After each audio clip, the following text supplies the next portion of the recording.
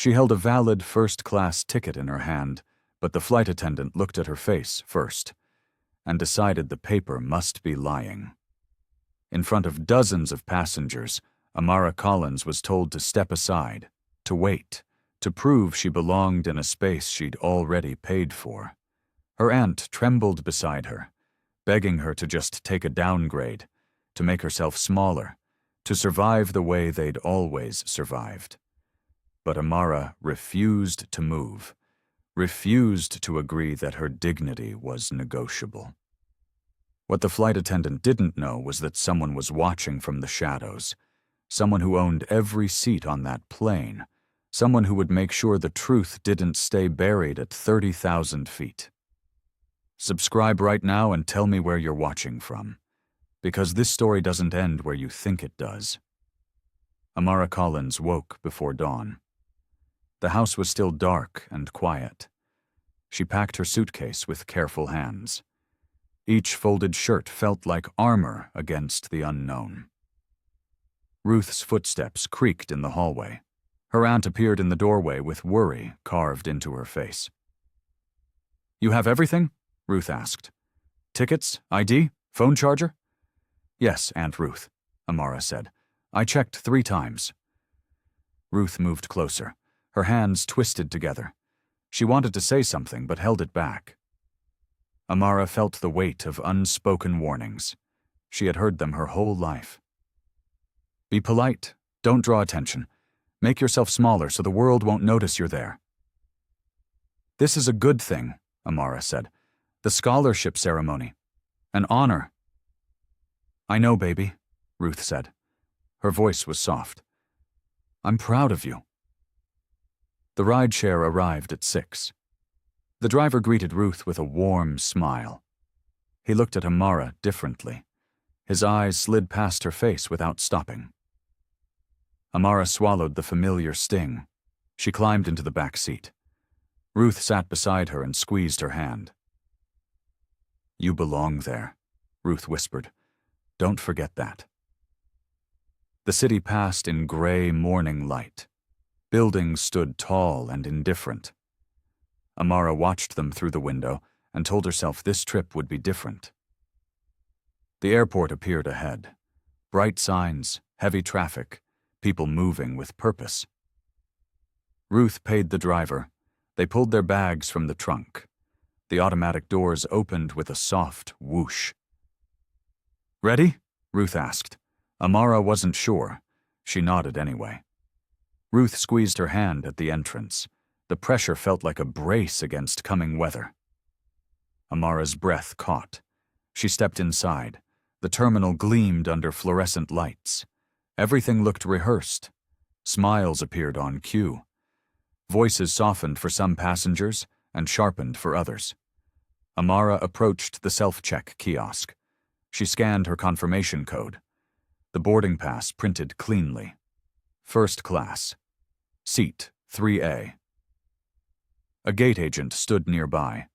Her eyes narrowed as she watched the paper emerge. She stared at Amara's face, then at the boarding pass, then back again. "Is there a problem?" Ruth asked. The agent's smile was thin. "No problem, just making sure everything's correct." A couple in designer coats drifted into the priority line. Nobody questioned them. Nobody studied their tickets with suspicious eyes. Amara felt the familiar mathematics of respect.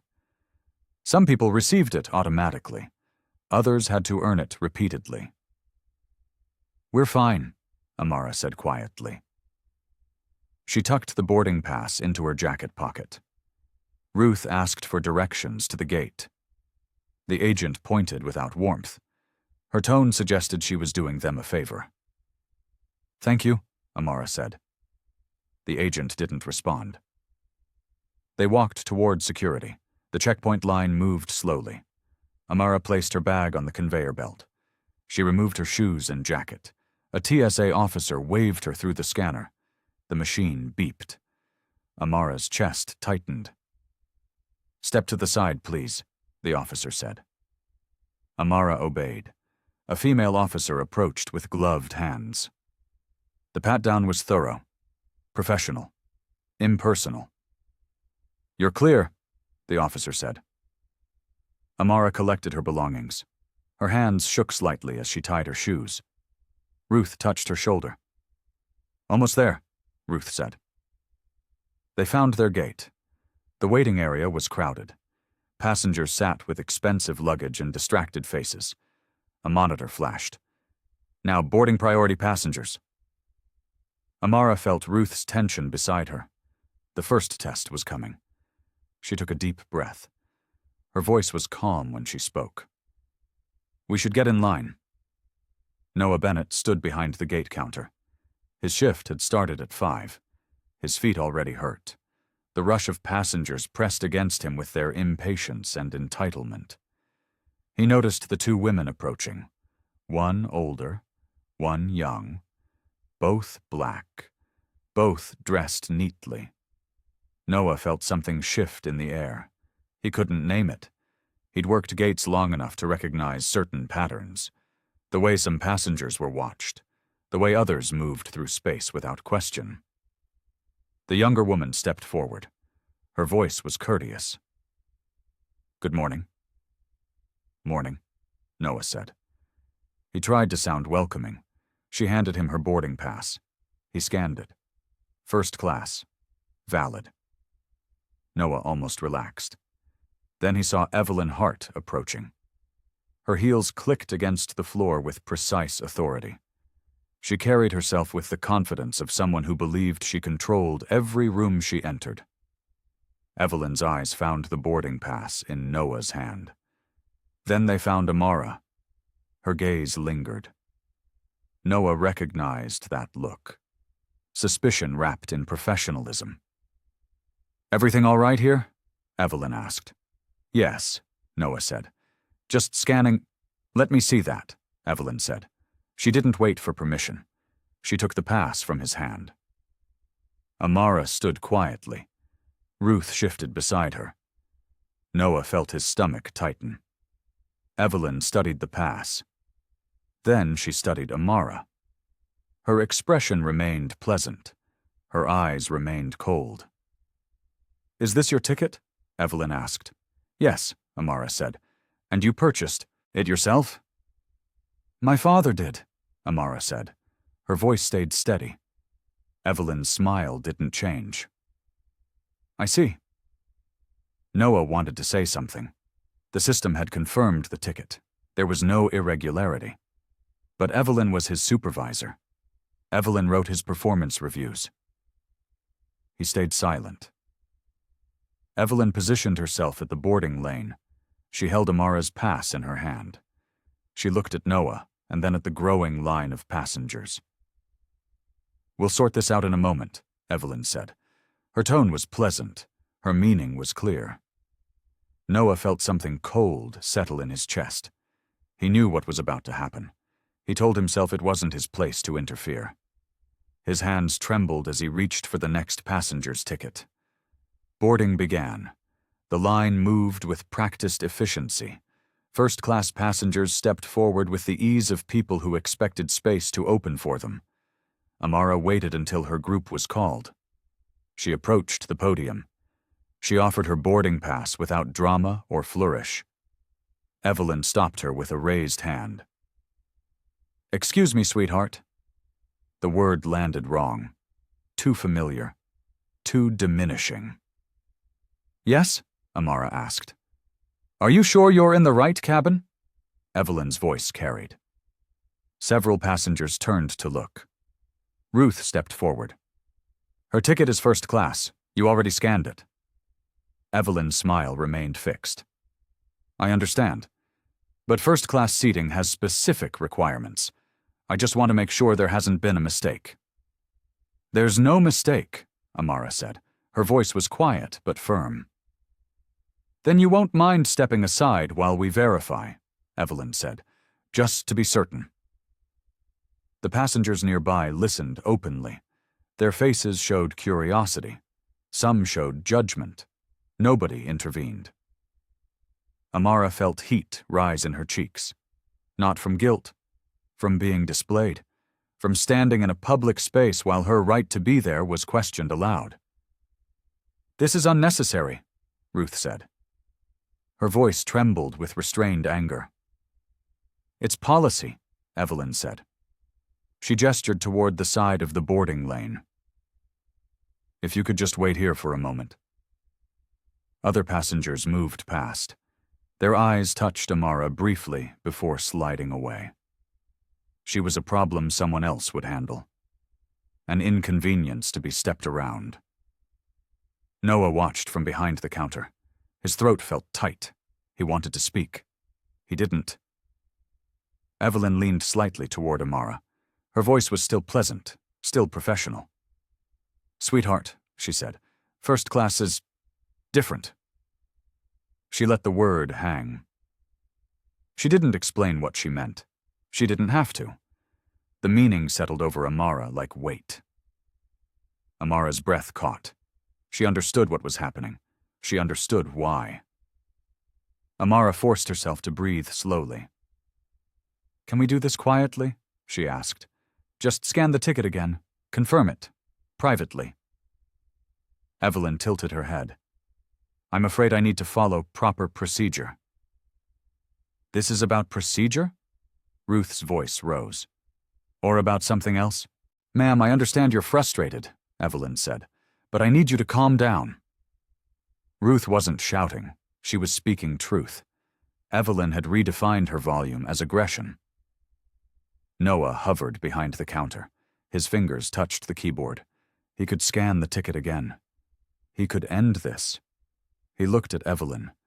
He thought about his job, his rent, his need to not make waves. He stayed where he was. "The ticket is valid," Ruth said. Her hands shook. "You know it's valid. You're doing this because—" "Because what?" Evelyn asked. Her eyebrows lifted. "Please, tell me what you think I'm doing." Ruth went silent. The trap was obvious. If she named the real reason, she would be accused of playing a card, of seeing prejudice where there was only policy. A passenger behind them muttered something. "People trying anything these days?" Nobody corrected him. Amara felt the shape of her humiliation crystallize.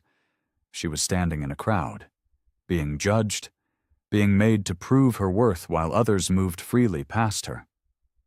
She steadied herself.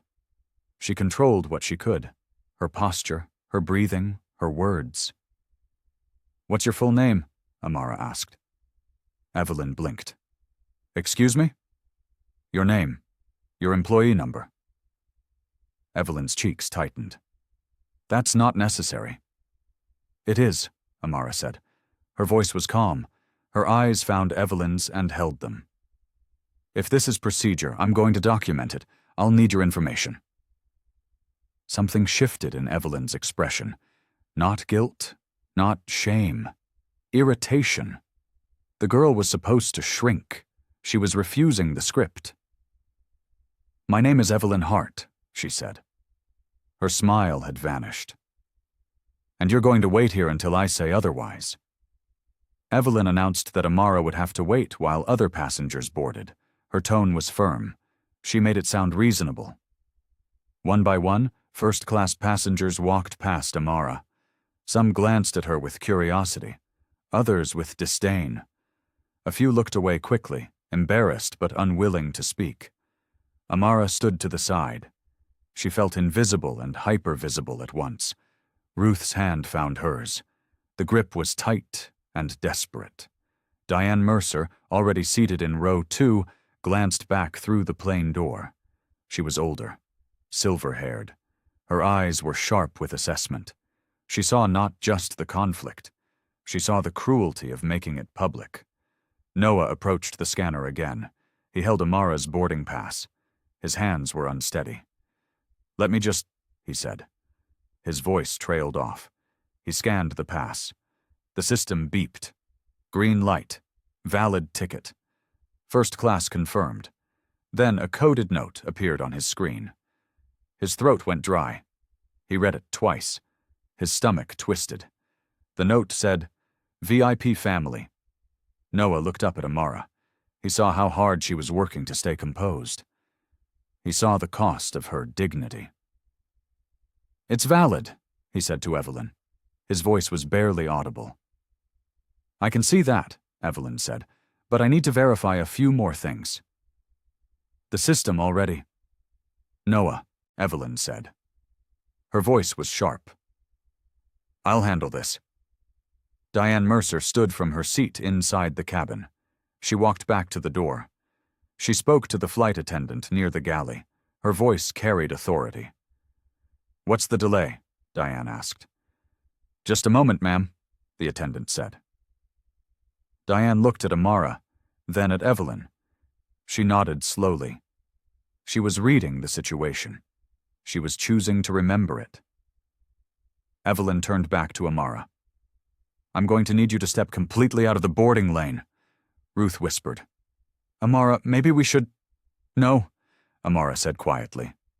"We wait." Noah realized the truth then. The bright, cold truth.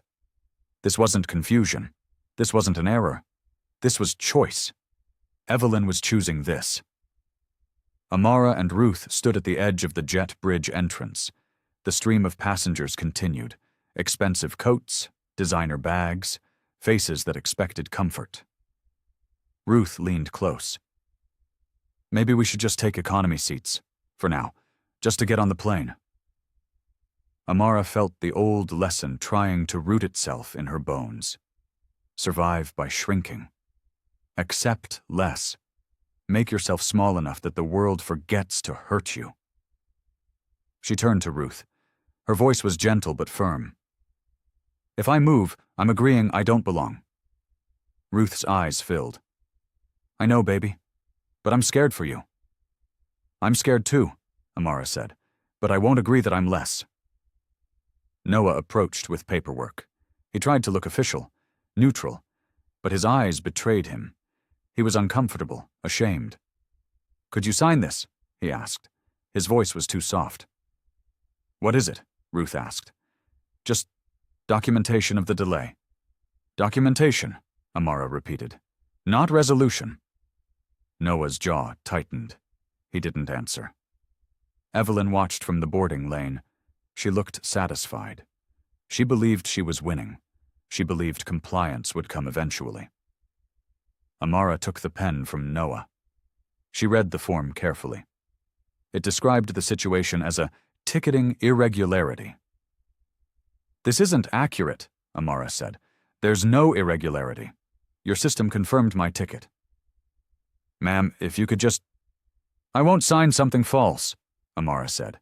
She handed the pen back. "I'll wait." Ruth's breath caught. Pride and fear warred in her face. Noah backed away. His hands trembled. He felt like he was holding a match. He didn't know what would catch fire. He only knew something would. Amara stood straight. She refused the downgrade, not loudly, not with anger, steadily, with the quiet weight of a vow. Evelyn's smile thinned. She turned back to the remaining passengers. Her performance of professionalism continued. But something had shifted. Amara had said no. The word hung in the air. It refused to disappear. Captain Luis Ramirez appeared at the gate. He moved with the sober presence of someone used to responsibility. His uniform was crisp. His expression was neutral. "What's the delay?" he asked. Evelyn straightened. She shifted her tone immediately. Captains required a different performance. "Just a small ticketing irregularity, Captain," she said. Her voice was smooth. "We're resolving it now." "Irregularity," Ramirez repeated. He looked at Noah. "What does the system show?" Noah hesitated. He felt Evelyn's eyes on him. He felt the weight of truth pressing against his fear. "Valid ticket," Noah said quietly. "First class, confirmed." Ramirez turned to Amara. "Then what's the problem?" Amara met his eyes. She spoke respectfully, clearly. "I've been asked to step aside and wait. I've been asked to downgrade. I haven't been told why." I was following protocol, Evelyn said quickly, making sure everything was in order. Everything is in order, Ramirez said. His voice was calm. Final. Let her board. Evelyn's face tightened. Of course, Captain, Amara spoke again. I'd like this documented, officially, and I'd like privacy next time a question arises. Diane Mercer stepped forward from the cabin doorway. I'd like to be listed as a witness, she said. If there's a report. Evelyn's jaw clenched. The situation was slipping from her control. The audience she'd expected to support her was turning. That won't be necessary, Evelyn said. It is necessary, Diane said. Her age gave her courage. She didn't ask permission. I saw what happened here, Ramirez nodded. Noted. I'll file a report myself. Amara stepped onto the jet bridge at last. Ruth followed close behind. Amara wasn't triumphant. She was exhausted. But she was unbroken. Evelyn followed them into the cabin. Her smile returned. Professional. Pleasant. But her eyes held something else. A promise. The battle wasn't over. Inside the aircraft, first class looked the way dignity was supposed to look. Soft lighting. Leather seats. Space to breathe without touching strangers. Amara took her seat. Row 3. Window. She moved with measured calm. She knew eyes were tracking her. She felt them like heat on her skin. Evelyn began service with exaggerated professionalism. She greeted the passenger in row 1 warmly. Good morning, Mr. Harrison, she said. Her voice was bright. Can I get you something to drink before takeoff? Champagne, the man said. Of course. Evelyn moved to row 2. Ms. Mercer, lovely to see you again. Evelyn, Diane said. Her tone was cool. When Evelyn reached Amara's row, her warmth vanished. Her voice flattened. The smile remained but felt painted on. Beverage? She asked. Not, what would you like? Not, can I offer you something? Just one word. Clipped. Neutral. Ruth sat in the aisle seat beside Amara. She was relieved to be on board, but her shoulders stayed tense. She was still braced for trouble. Diane turned in her seat. She looked back at Amara. Her eyes were kind. I'm Diane, she said. Welcome aboard. The greeting was simple, respectful. It felt revolutionary after everything that had happened at the gate. Thank you, Amara said. Her voice was soft. I'm Amara. It's nice to meet you. Properly, Diane said. She smiled. Then she turned back around. Amara felt something loosen in her chest. Not relief, not safety, just the smallest acknowledgement that she wasn't completely alone. Evelyn returned with a tray. She distributed drinks efficiently. Champagne for row 1, sparkling water for Diane. When she reached Amara, she paused. What would you like? Evelyn asked. Her tone dared Amara to ask for anything at all. It said, I'm watching you. I'm waiting for you to prove you don't belong here. Amara felt her throat tighten. She refused to let fear choose for her. Orange juice, please, she said. Evelyn's smile was thin. Of course. Evelyn poured the juice with mechanical precision. She handed the glass to Amara without warmth. No eye contact, no pleasantries. Amara accepted it politely. She thanked Evelyn clearly. She refused to be baited into smallness or anger.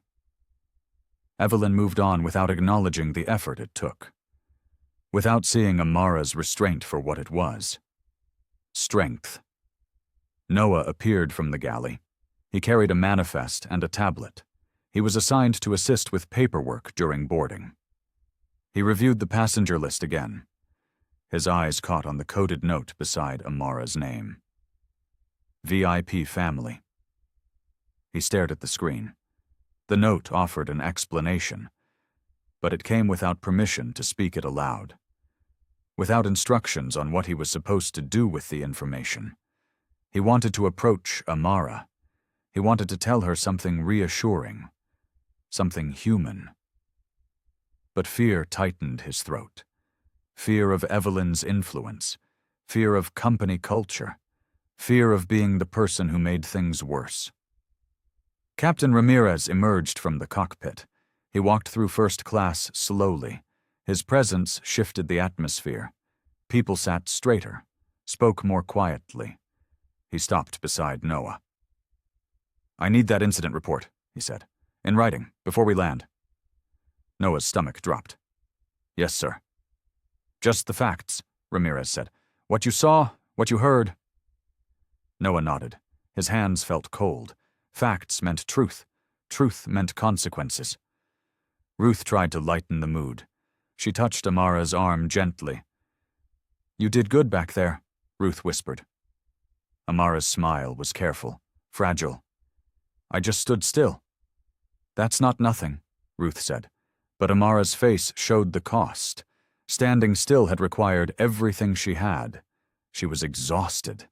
The flight hadn't even taken off yet. The seatbelt sign clicked on. The chime was soft but final. Outside the window, the ground crew moved around the plane. Luggage, fuel, routine operations. Inside, tension hummed beneath the surface, invisible but present, a current waiting to surge. The plane began to taxi. The engines rumbled. Amara felt the vibration in her bones. She closed her eyes briefly. Ruth held her hand under the armrest. The gesture was small, steady. It said, "I'm here." The turbulence began 10 minutes into the flight. Gentle at first, then sharper. The plane shuddered. The seatbelt sign stayed lit. Evelyn moved through the aisle with rigid authority. She checked everyone's compliance. Her movements were precise, controlled. She used order as a mask. Amara watched her and understood something new. Evelyn didn't simply dislike her. Evelyn needed her beneath her, needed her silent and small, as proof of a world that made sense to Evelyn. Diane leaned across the aisle. She kept her voice low. "Don't let them rent space in your head." Amara turned. Diane's eyes were steady, knowing. "They want you to doubt yourself," Diane said. "Don't give them that." The words landed with unexpected weight. Solidarity without spectacle. Support without needing applause. "Thank you," Amara said. Noah stood near the galley. He overheard Diane's words. Shame bloomed in his chest, hot and immediate. An older woman could be brave with less to lose. She could speak truth without fear of being fired. And here he was, young, employed, hiding behind procedure. He felt small. Ruth held Amara's hand under the blanket. The grip was firm, protective. Amara squeezed back. "You okay?" Ruth whispered. "I will be," Amara said. The turbulence eased. The plane steadied. The seatbelt sign clicked off. Evelyn returned to the galley. She didn't look calmer. She looked more determined. Her jaw was tight, her movements sharp. She pulled out her phone. She typed something quickly. Then she tucked it away and smoothed her uniform. When she emerged again, her smile was fixed. Professional, but her eyes held calculation. She approached Amara's row. She stopped. She looked down at both of them. "I'll be taking meal orders soon," she said. Her voice was pleasant, empty. "I hope you'll find something to your liking."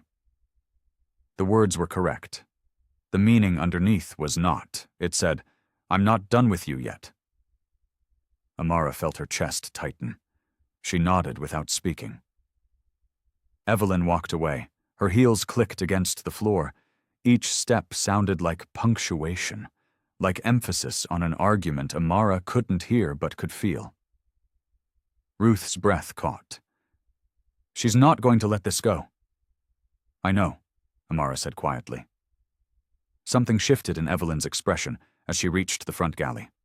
Not regret, not doubt, resolution. She was doubling down. Lunch service began an hour into the flight. Evelyn distributed menus with practiced efficiency. She recited options with mechanical warmth. When she reached Amara's row, she paused. "What would you prefer?" she asked. "We have chicken or pasta." "What are the details?" Amara asked politely. Evelyn's smile thinned. "Grilled chicken with vegetables, penne with marinara." "I'll have the chicken, please," Amara said. "Of course," Evelyn said. She made a note. She moved on. 20 minutes later, meals arrived. Evelyn served row 1 first, then row 2. When she reached Amara, her expression was apologetic, almost convincing. "I'm so sorry," she said. "It looks like we're out of the chicken." Amara felt anger pulse in her throat. She swallowed it. "You just took my order." "I know," Evelyn said, "but first class is first come, first served. Someone ahead of you requested it after I spoke with you." Ruth's voice was sharp. "That's not how reservations work." "Ma'am, I'm offering the pasta," Evelyn said. Her tone was patient, condescending. "It's quite good." Diane turned in her seat. She had ordered pasta. Her tray sat untouched. She looked at Evelyn with open assessment.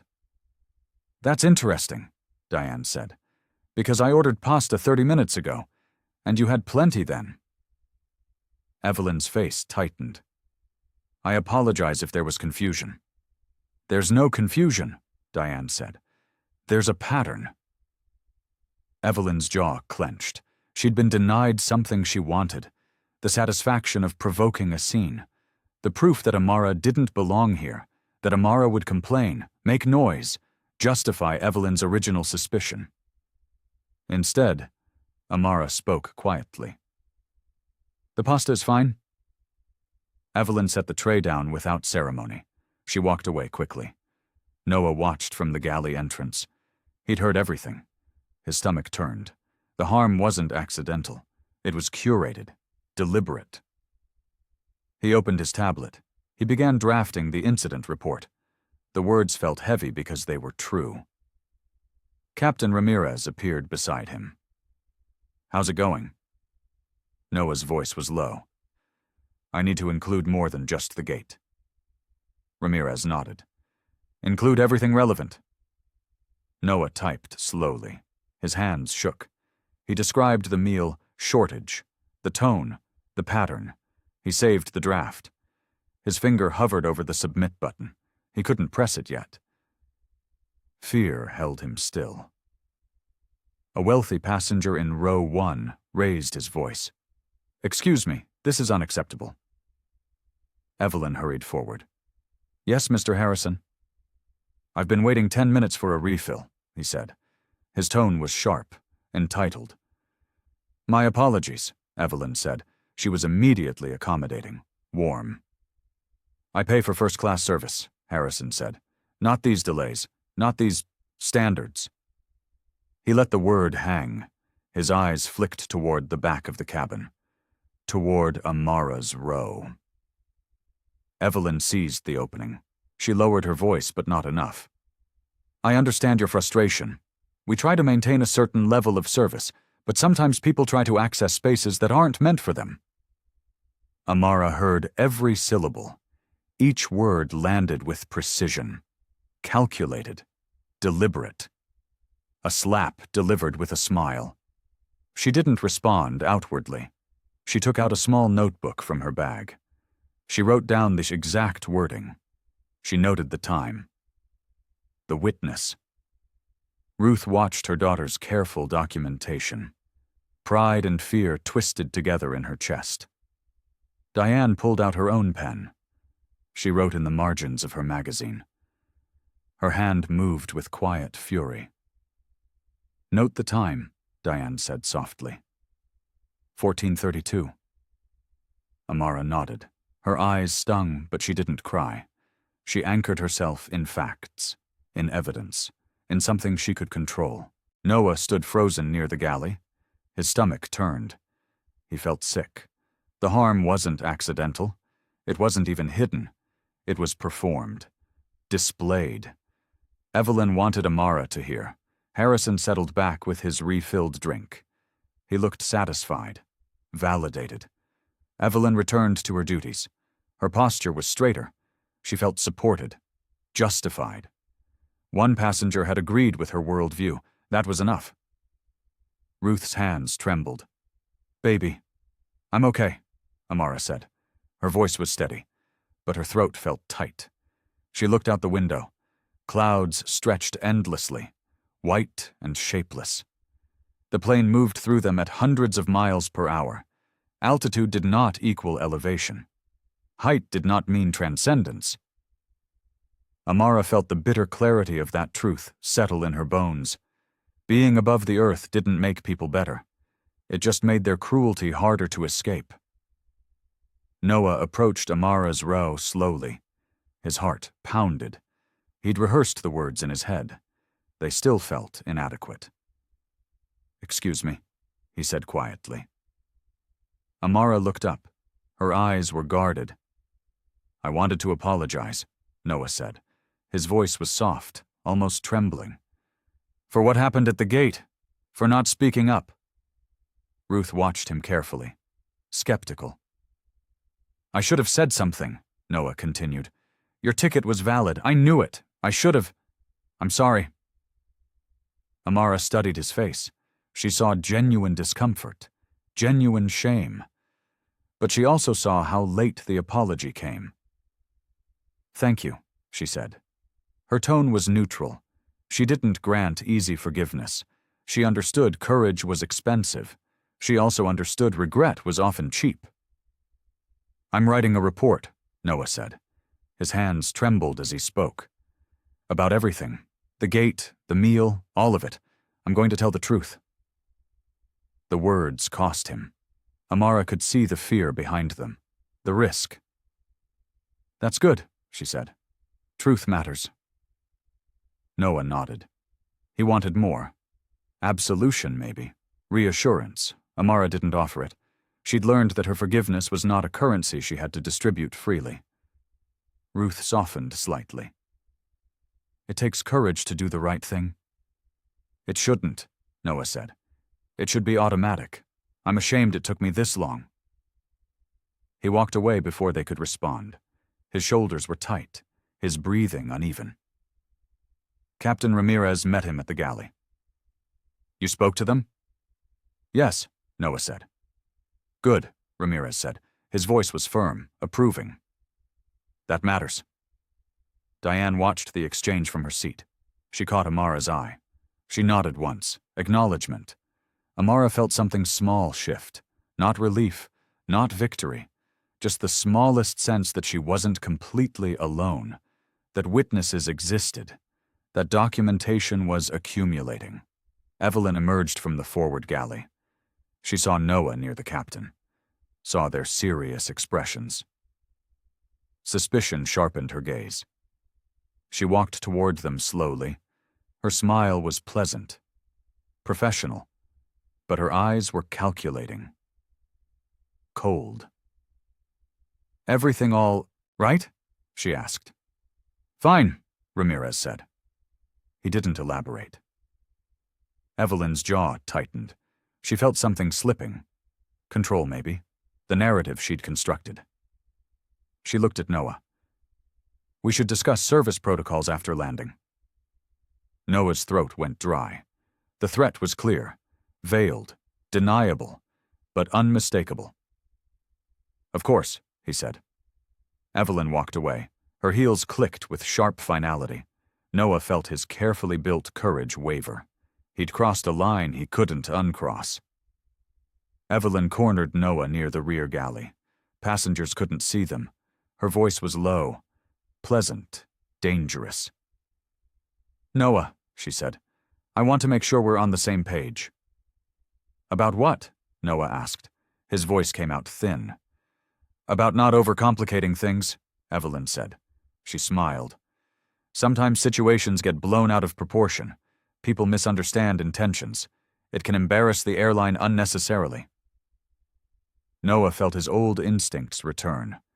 Avoid, soften, survive, keep your head down, Don't make waves. But the memory of Amara standing alone at the boarding lane stiffened his spine. I'm writing what happened, Noah said. Evelyn's smile slipped. Just slightly. I'm not sure that's wise. It's the truth, Noah said. Truth is subjective, Evelyn said, her tone sharpened. You saw a routine verification process. Nothing more. That's not what I saw, Noah said. His heart pounded. His hands shook. But he didn't back down. Evelyn's mask dropped. Irritation flashed across her face. Then fear. Brief, but visible. Noah, think carefully, she said. Performance reviews are coming up. Team unity matters.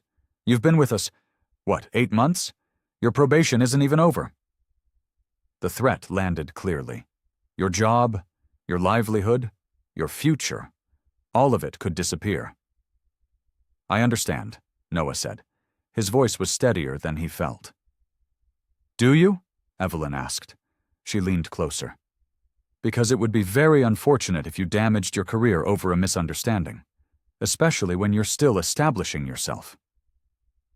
Noah met her eyes. I'm writing the truth. I'm sorry if that's uncomfortable. Evelyn straightened. Her expression went cold. Professional. I see. She walked away without another word. Her posture was rigid, controlled anger in every step. Noah leaned against the galley wall. His legs felt weak. His hands trembled. He'd crossed a line. There was no going back now. He pulled out his phone. He opened the incident report he'd saved as a draft. His thumb hovered over the submit button. He thought about his rent, his student loans, his need for this job. He thought about Amara's face at the gate, her quiet dignity, her refusal to shrink. He pressed submit. The system processed for 3 seconds. Then, report submitted successfully. Noah exhaled. The act felt terrifying and clean, like breaking something necessary. He closed his eyes briefly. Whatever happened next, he'd chosen truth. For once in his life, he'd chosen truth. The report processed through the airline system. Noah watched his phone, waited for confirmation, waited for consequences. An automated message appeared. Your report has been flagged for supervisor review. His stomach dropped. Flagged. The word felt ominous. It meant someone would read it before it went higher. Someone would decide if the truth was acceptable. Systems protected themselves. Noah understood that now. They had immune responses against accountability. They filtered threats. They neutralized disruption. He'd submitted truth into a machine designed to absorb and soften it. Evelyn's phone buzzed near the forward galley. She glanced at the screen. Her expression shifted. Surprise first, then anger, then calculation. She'd been notified through internal channels. The report existed now. Official. Documented. Her name attached to specific accusations. She looked across the cabin. Her eyes found Noah. He was staring at his phone, avoiding her gaze. Evelyn smiled. It was cold, sharp. It promised consequences. She approached his station. Her voice was bright, cordial, loud enough for nearby passengers to hear. Noah, thank you for your diligence today, she said. We'll follow up after landing. The words sounded professional. The meaning underneath was clear. You made a mistake. You will regret it. Amara sensed the shift. She didn't know what had happened, but she felt the tension change, tighten. She caught Noah's eye. Are you all right? She asked quietly. Noah wanted to lie, wanted to say everything was fine, but he couldn't, not to her, not after everything. I don't know, he said. His honesty felt raw, exposed. Ruth reached across the aisle. She touched his arm briefly. Thank you for trying. Noah nodded. He moved away quickly. His throat felt tight. His eyes stung. The plane began its descent. The The captain's voice crackled over the intercom. "Flight attendants, prepare for landing." Evelyn moved through the cabin. She collected trash. She checked seatbelts. Her performance of professionalism continued. Flawless, mechanical, but her eyes held something harder now. Determination. She'd been challenged. She would respond. Outside the window, the ground approached. Buildings emerged through cloud cover, roads, cars, the ordinary world rising to meet them. Amara watched the descent. She felt the engines change pitch. The plane dropped through gray sky. Landing felt imminent, not resolution, just the next phase, the next room where the conflict would continue. Ruth squeezed her hand. "Almost over." Amara didn't respond. She knew better. It wasn't over. The plane was descending. The ground was approaching. Consequence was coming. But for whom? That question hung unanswered as the wheels touched down. The plane taxied to the gate. Passengers stood immediately. They reached for overhead bins. They collected bags and coats with practiced efficiency. Amara remained seated. She felt the strange loneliness of public humiliation settling over her. How quickly spectators moved on. How easily they forgot what they'd witnessed. The incident had been dramatic for her. For them, it was already fading. Just another delay. Another minor disruption in their travel day. Evelyn positioned herself near the exit. She thanked passengers with bright smiles. Her performance was flawless, as if nothing had happened. As if cruelty could be erased by courtesy. "Thank you for flying with us," she said to each person. "Have a wonderful day." Noah was pulled aside on the jet bridge. A supervisor in a dark suit waited for him. The man's expression was neutral, professional. "We need to discuss your report," the supervisor said quietly. Noah's stomach twisted. "Now." "Yes, this way, please." They walked toward a service corridor, away from passengers, away from witnesses. Noah glanced back once. He saw Amara and Ruth gathering their belongings. He wanted to tell her something. He didn't know what. He just wanted her to know he hadn't disappeared willingly. But the supervisor was already moving. Noah followed. Ruth touched Amara's shoulder. "You did good, baby. You stood your ground." Amara didn't feel victorious. She felt exhausted, hollowed out. The flight was over, but the wait remained. They stepped into the terminal. Bright lights, moving crowds, the ordinary chaos of arrival. Amara realized with bitter clarity that the story wasn't finished. It was just changing rooms, moving to a new stage where different actors would play different parts. But the script remained the same. Her dignity would be questioned again. Her truth would need defending again. Ruth held her arm as they walked. "Let's just get our luggage and go home." Amara nodded, but something in her resisted. Going home meant accepting what had happened, absorbing it, carrying it silently. She stopped walking. "I need to file a formal complaint." Ruth's eyes widened. "Amara."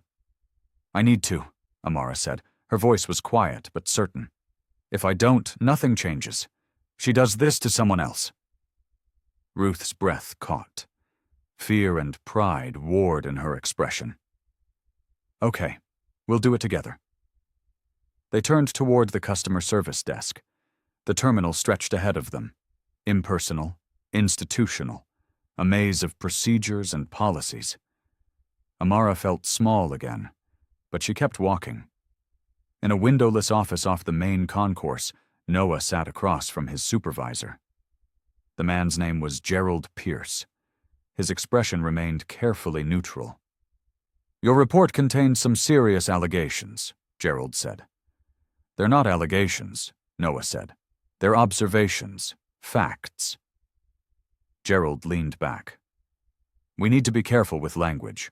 What you perceived as discriminatory behavior might have been standard verification protocol." Noah felt something cold settle in his chest. It wasn't standard. The ticket was valid.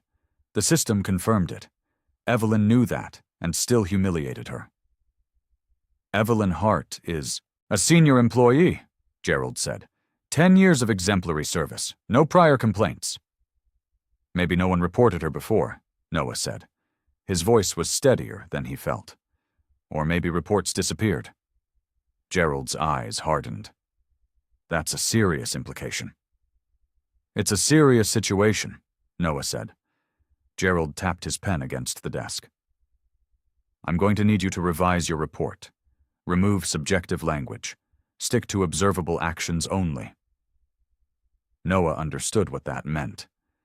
Remove the parts that hurt us. Remove the truth that creates liability. No, he said. Gerald blinked. Excuse me? I wrote what I saw, Noah said. I'm not changing it. Noah, think about your position here, Gerald said. His tone shifted. Warning wrapped in concern. You're still on probation. Your future with this company depends on demonstrating good judgment. Good judgment means telling the truth, Noah said. Gerald's jaw tightened. You're making this very difficult. The door opened. Diane Mercer stepped inside without invitation. Her presence filled the small room. I'm sorry to interrupt, she said. Her voice was calm, authoritative. But I need to file a witness statement about what I observed on Flight 447. Gerald stood. Ma'am, this is a private meeting. And I'm a first-class passenger who watched an employee abuse her authority, Diane said. She set her purse down. She pulled out a notebook. I have names, times, exact quotes. I'll be contacting your ethics line as well. Gerald's professional mask cracked. That's not necessary. It absolutely is, Diane said. She looked at Noah. You filed a report? Yes, Noah said. Good, Diane said. She turned back to Gerald. Then you have multiple witnesses. This isn't going away quietly. Gerald's expression shifted. Calculation replaced concern. More witnesses meant more liability. More documentation meant harder to bury. I'll need to escalate this, he said carefully. Please do, Diane said. Her tone was pleasant, final. Noah felt something loosen in his chest. He wasn't alone. The truth had allies. Evelyn found Amara near a quiet corridor by the restrooms. Ruth had stepped away to make a phone call. Amara stood alone for the first time since boarding. Evelyn approached with a different expression. Her authority had softened. Her smile looked almost genuine. Amara, she said. Her voice was gentle. Can we talk? Amara turned. Her guard went up immediately. About what? I want to apologize, Evelyn said. Things got complicated at the gate. I may have been overly cautious. I'm sorry if you felt uncomfortable. The words were carefully chosen. Tactical. Sorry if you felt. Not sorry for what I did. You didn't make me feel uncomfortable, Amara said. Her voice was calm, clear. You humiliated me publicly. You questioned my right to be there even after the system confirmed my ticket. Evelyn's smile tightened. That wasn't my intention. What was your intention? Amara asked. Evelyn's mouth opened, closed. She hadn't expected directness. She'd expected gratitude, relief. I was following procedure, Evelyn said. You were following prejudice, Amara said, and calling it procedure. Evelyn's face flushed. Anger flashed in her eyes. I think you're overreacting. I think you're deflecting, Amara said. Look, Evelyn said. Her tone shifted, became more urgent. We can put this behind us. I'll file a note in your favor. We'll call it a misunderstanding. No one needs to make this bigger than it is. Amara understood what was being offered. Silence in exchange for a meaningless gesture. Complicity disguised as resolution. I'll accept an apology, Amara said slowly, if it includes accountability and change, not just comfort for you. Evelyn's eyes widened. She hadn't expected terms. She hadn't expected a young black girl to set conditions. "You're being unreasonable," Evelyn said. "I'm being clear," Amara said. Evelyn's professional mask dropped completely. "You don't know what you're doing? You think filing complaints will change anything? You think the airline will choose you over me?" "I think the truth matters," Amara said, "whether it's convenient or not." Evelyn stepped closer, her voice lowered. "You're making a mistake. I tried to be kind. I tried to offer you a way out." "I don't need a way out," Amara said. "I need you to be accountable." Evelyn's jaw clenched. She muttered something under her breath as she walked away. Amara caught only 2 words. Attitude problem. Ruth returned from her phone call. She saw Amara's expression. "What happened?" "She tried to make me complicit," Amara said. Her voice shook slightly. "In my own humiliation." Ruth's hands trembled with anger, but Amara's calm held. She refused to be dragged into the script Evelyn wanted. Amara's phone buzzed. Unknown number. She hesitated, then answered. "Hello? Is this Amara Collins?" a woman's voice asked. "Yes." "This is Karen Williams. I'm calling from Airline Executive Services. We'd like to speak with you about an incident on your flight today." Amara listened carefully. The woman's voice was professional, neutral. It gave nothing away. "We understand there was a situation during boarding," Karen said. "We'd like to discuss it with you in person. Would you be available to come to our executive lounge?" Ruth watched Amara's face. She mouthed, "Who is it?" Amara covered the phone. "Airline executive." Ruth's expression shifted to fear. "A trap," she whispered. "They'll pressure you, make you sign something." Amara understood the concern, but something in her refused to run from this. Dignity meant showing up to truth, not hiding from it. "I'll come," Amara said into the phone. "But I'd like a witness present." "Of course," Karen said. "Bring whoever makes you comfortable." The call ended. Amara looked at Ruth. "We're going." "Baby, I don't like this," Ruth said. "Neither do I," Amara said. "But if I don't show up, they control the narrative." They walked through the terminal. The executive lounge was on the upper level. Private, exclusive, a different world from the public gates below. Noah overheard the destination as he was escorted back to the main terminal. He realized what was happening.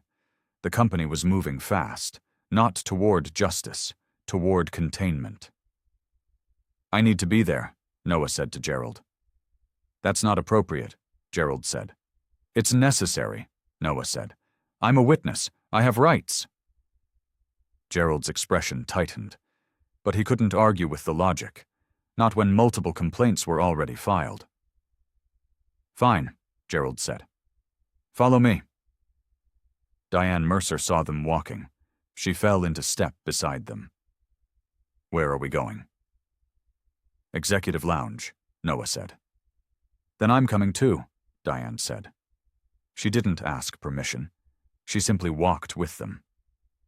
Captain Ramirez appeared from the crew lounge. He'd heard about the meeting through internal channels. "I'll provide my statement in person," he said. The group moved together through the terminal. Their steps were measured. The air felt thick with implication. They reached the lounge entrance. A receptionist looked surprised at the crowd. "Can I help you?" "We're here for the meeting about Flight 447, Diane said. The receptionist's eyes widened. She made a quick phone call. "Please come in." The doors opened. Inside, the lounge was elegant, quiet, designed for comfort and discretion. Evelyn was already there, seated, composed. She looked surprised to see so many people. Her confidence flickered, then hardened. She straightened in her chair, ready to defend herself. Amara walked in last. She met Evelyn's eyes. Neither of them looked away. The battle had moved, but it hadn't ended. An executive stood near the window. His suit was expensive, his expression carefully neutral. He introduced himself as Richard Bradford, Senior VP of Customer Experience. "Thank you for coming," he said. His voice was smooth, practiced. "We take all concerns seriously." "Do you?" Diane asked. Her tone was polite. Her meaning was not. Richard's smile tightened. "Of course. That's why we're here." He gestured for everyone to sit. The room felt staged, designed for a specific kind of conversation, one where the airline maintained control. "I understand there was a misunderstanding at the gate," Richard said. He looked at Amara. "We want to hear your perspective." "It wasn't a misunderstanding," Amara said. Her voice was steady. "It was discrimination, deliberate, witnessed, documented." Richard's expression didn't change. "That's a strong accusation." "It's an accurate description," Amara said. Evelyn leaned forward. "I was following standard verification procedures. If Ms. Collins felt singled out, that was not my intention." "You asked her if she was sure she belonged in first class," Noah said. His voice was quiet but firm. "That's not standard procedure." Evelyn's jaw clenched. "I was being thorough." "You were being discriminatory," Diane said. "I watched you treat other passengers completely differently." Richard raised his hand. "Let's not make this adversarial. We're all here to find resolution." "Resolution requires truth," Captain Ramirez said, "not compromise." Richard looked uncomfortable. The meeting wasn't going the way he'd planned. Too many witnesses, too much documentation, too much clarity. "Perhaps we can offer compensation," Richard said. "A refund, travel vouchers, an apology letter." "Compensation doesn't change the system," Amara said. "It just makes me go away quietly." Ruth wanted to speak. She wanted to protect her niece. But she stayed silent. This was Amara's moment, Amara's voice. Amara placed her notebook on the table. "I wrote down everything Ms. Hart said. Times, exact quotes. I have witnesses who will confirm it." She opened the notebook. She read Evelyn's words aloud. Slowly, clearly. "Sweetheart, first class is different. Sometimes people try to access spaces that aren't meant for them." The words hung in the air. Undeniable, recorded. True. Evelyn's face went pale, then red. "That's taken out of context." "What context makes those words acceptable?" Diane asked. Evelyn looked at Richard. Desperate. "I've worked here for 10 years. I've never had a complaint." "You have one now," Noah said. He pulled out his phone. "My report includes similar observations, with timestamps. The system has a record of every scan, every override, everything." Richard's expression shifted. He realized the situation had escalated beyond containment. This wasn't one upset passenger. This was documented evidence, multiple witnesses, a paper trail. "I see," Richard said carefully. A quiet voice spoke from the corner. "Enough." Everyone turned. A man stood from a shadowed chair. He'd been sitting so still that no one had noticed him. His presence filled the room. Malcolm Collins stepped forward. His expression was composed, authoritative, unmistakably powerful. He looked at Richard. "I think we need to have a different conversation." Malcolm introduced himself without theatrics. "Malcolm Collins. I own this airline." The room went silent. Evelyn's face drained of color. Richard stood quickly. "Mr. Collins, I didn't realize you were—" "I was on the flight," Malcolm said. His voice was calm, final. "In row 8, I watched everything." He didn't reveal himself to shame Evelyn with wealth. He revealed himself to expose the system that believed it could bury truth. Amara felt a complex surge, relief, anger, a strange sadness. Her father had been there all along, watching, waiting, letting her stand alone. Malcolm looked at her. Something passed between them, an understanding. He'd wanted to see what she would do, how she would respond when power didn't intervene. "Why didn't you stop it?" Amara asked quietly. "Because you didn't need me to," Malcolm said. His voice held pride. "You needed people to see who you are, who she is, what the system allows." He turned to Evelyn. His expression hardened. "I have one question for you." Evelyn sat, frozen, terrified. "Why did you refuse privacy at the gate?" Malcolm asked. "The system confirmed her ticket immediately. You could have handled it discreetly. Why make it public?" Evelyn stammered. Policy doesn't require humiliation," Malcolm said. His voice cut through her excuse. "Only power does. Only prejudice does. You wanted everyone to see her questioned. You wanted her embarrassed. Why?" Evelyn's mouth opened. Closed. She had no answer that wouldn't indict her. "Because I thought she didn't belong there," Evelyn whispered finally. The truth emerged like a confession. Ugly. Unavoidable. "And why didn't you think she belonged?" Malcolm asked. Evelyn's silence was answer enough. Malcolm turned to Richard. "I want an immediate investigation, full review of gate footage, all internal messages, every interaction." "Of course," Richard said quickly. "I want Ms. Hart removed from duty pending review," Malcolm continued. "And I want enforceable policy changes, documentation requirements, witness protection, real consequences for discrimination." Richard nodded rapidly, writing notes. His confidence had evaporated. Malcolm looked at Noah. "You filed the report?" "Yes, sir," Noah said. "You'll be formally commended," Malcolm said. "Documenting truth is part of your job. It should never cost you anything." Noah felt tears prick his eyes, relief and validation rushing through him. Malcolm turned back to Amara. "Not as an owner, as a father." His voice softened. "I'm proud of you," he said quietly. "You stood up when it mattered. You didn't wait for me to fix it. You demanded change yourself." Amara felt her throat tighten. "I was scared." "I know," Malcolm said. "But you did it anyway. That's courage." Evelyn stood. Her hands trembled. Her composure had shattered. "I never meant—" "Yes, you did," Amara said. Her voice was gentle, sad. "That's the problem.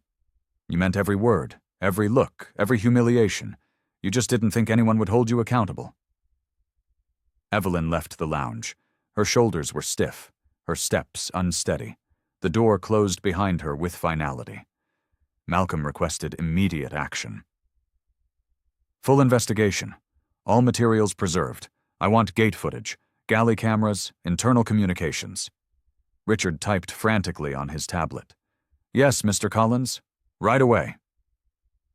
"Ms. Hart is temporarily removed from duty," Malcolm continued. "Pending formal review. Full pay, but no customer contact." "Understood," Richard said. "And I want Captain Ramirez to lead the ethics review," Malcolm added. "Someone with integrity, someone who won't bury truth for convenience." Ramirez nodded. "I'll make sure it's thorough." Richard tried to negotiate.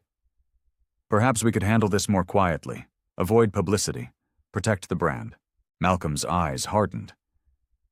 "The brand isn't worth protecting if it protects discrimination. We fix this publicly, we change policy publicly, or the brand doesn't deserve to exist." Richard went silent. He understood. This wasn't negotiable. Diane spoke up. "I'd like to be part of the policy review, as a frequent customer, as a witness. I want to make sure changes are meaningful." "Agreed," Malcolm said. "Customer input is essential." Noah felt strange, validated but exhausted. "What about the other employees? The ones who stay quiet because they're afraid?" "We're implementing whistleblower protections," Malcolm said. "Formal, legal, protected. Truth should never cost someone their livelihood. Evelyn's absence filled the room. Her departure felt like air leaving a balloon. Deflation. Collapse. Amara spoke once more, not to punish, to protect. I don't want revenge. I want change. I want the next person who flies first class to be treated with dignity, regardless of what they look like. Malcolm looked at his daughter. His expression held respect. That's exactly what will happen. Ruth wiped her eyes. Pride and relief overwhelmed her. Thank you, she whispered. Thank you for standing up. Amara hugged her aunt. We stood up together. The meeting concluded. Documents were signed, statements were recorded, the machinery of accountability began to turn. As they left the lounge, Noah approached Amara. I'm sorry I didn't speak up sooner. You spoke up when it mattered, Amara said. That's what counts. Diane handed Amara a business card. If you ever need anything, a reference, mentorship, a witness, call me. Amara took the card. Thank you for seeing me. You made yourself impossible to ignore, Diane said. That takes strength. Captain Ramirez offered a firm handshake. You have my respect and my commitment. This will change. They walked out together. The terminal felt different now. Not safer, but witnessed, documented, accountable. Malcolm walked beside Amara. I'm sorry I let you go through that alone. I needed to, Amara said. I needed to know I could stand without you. You can, Malcolm said. You did. They reached the exit. Sunlight streamed through glass walls. Outside, the city waited. Normal, ordinary, unchanged, but something inside had shifted. Not revenge. Repair. In the days that followed, change came in steady increments. Meetings, written policies, staff briefings. Malcolm announced the Passenger Dignity Protocol, enforceable consequences, mandatory documentation for any boarding dispute, clear definitions of discrimination, protection for employees who reported violations. The policy was distributed company-wide. Training sessions were scheduled. The language was precise, legal, binding. Amara attended her scholarship ceremony 3 days later. She wore the same outfit she'd worn on the flight. She stood on stage and received recognition for academic excellence. Ruth sat in the audience. Her face glowed with pride. Her hands trembled with emotion. Her niece had survived more than an exam. She'd survived being tested by a system designed to make her small. After the ceremony, Amara received a letter, handwritten, from Diane Mercer. You reminded me that witnesses have power, it read, and that silence is a choice. I hope to mentor you if you'll allow it. The world needs your courage. Amara folded the letter carefully. She tucked it into her journal. Proof that allies existed, that truth could create connection. Noah began leading training sessions at the airline. He spoke about bias, about courage, about the cost of silence. His voice shook the first few times. Then it steadied.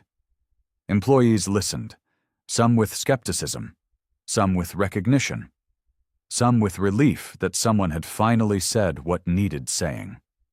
Evelyn was reassigned after the investigation.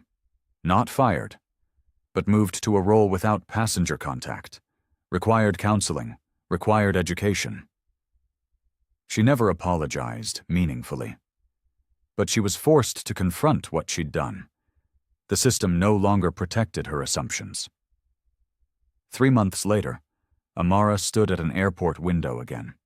Different city, different flight, but the same view, planes rising against blue sky.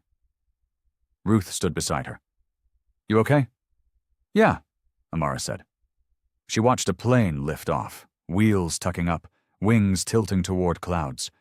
She thought about that flight, about standing alone at the gate, about refusing to shrink when the world demanded it. You changed things, Ruth said softly. We changed things, Amara corrected.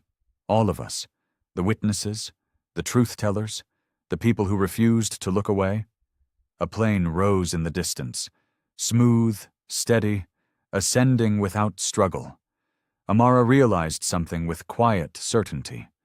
Dignity wasn't a seat assignment. It wasn't something others granted. It was a human right, something she carried regardless of where she sat or who questioned her. The system had been forced to remember that.